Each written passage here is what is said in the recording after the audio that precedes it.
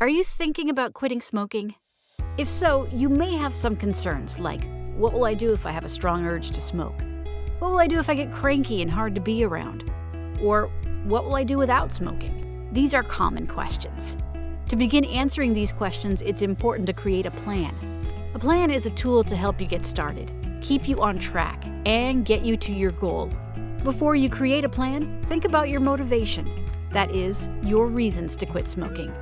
Why is this important? Planning can be exciting and give you confidence to quit, but it can also be uncomfortable. Planning is where the work really starts. So it's helpful to remind yourself of all the things you'll gain by quitting while you create your plan. When is it best to create a plan? People tend to do better when they make a plan ahead of time, usually a few days to a few weeks before quitting. In fact, research shows that if you create a plan first, you can double your chances of quitting for good. How do you create a plan? There are 5 steps to making a plan. Step 1. Choose a method, quit aid or no quit aid. When you quit smoking, you may have withdrawal symptoms like cravings, irritability, and anxiety. Even though withdrawal symptoms are not harmful, they can be uncomfortable. Withdrawal symptoms can last up to 2 to 4 weeks, but they tend to go away with time. Because withdrawal symptoms are temporary, some people choose to quit cold turkey without a quit aid and do whatever it takes to get through the short-term discomfort. But what if you are worried about getting withdrawal symptoms? A quit aid may be a good choice.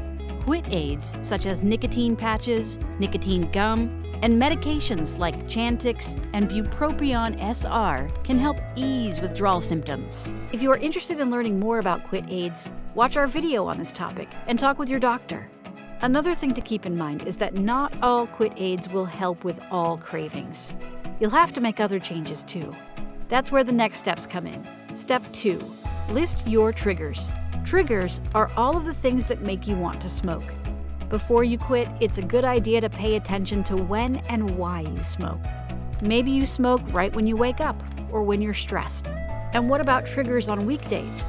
Are they different than triggers on weekends? Keep track by writing down each time you want to smoke and what triggered that urge. Look at your list. Which triggers were the strongest? These are the ones you'll need to plan for most. Step 3. Come up with strategies. Strategies are the things you can do instead of smoke. Go over your list of triggers. Ask yourself this: how does the cigarette help in each situation? Does it help you relax? Fill time when you're bored? Wake you up?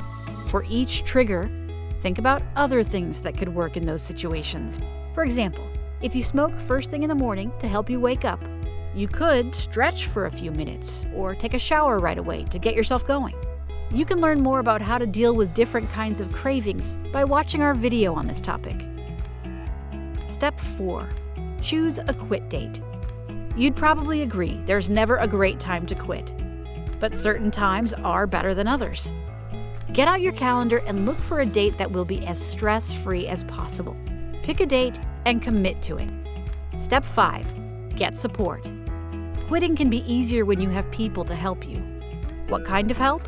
You may want someone to remind you of your reasons for quitting, help go over your plan, or help keep cigarettes away from you.